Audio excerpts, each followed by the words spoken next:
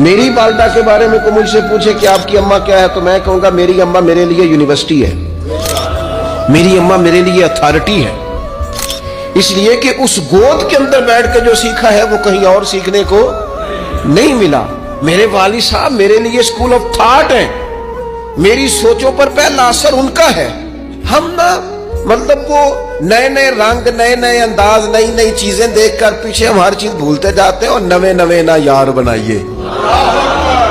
میں نہیں جی اگوں آکھنا، اس لیے کہ میرا میاں صاحب سے یہ شکوہ ہے کہ تسی کمینہ ہی آکھ چھڑیا ہے۔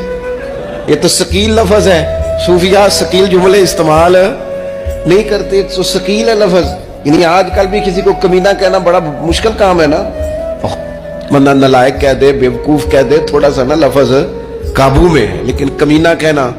لیکن میاں صاحب کہتے ہیں نوے نوے نا یار بنائیے ایویں وانگ۔ او بھائی تھوڑا سا نا اپنے ماں باپ کے لیے بازو بچھے ہوئے ہوں، محبت ہوئی ہو،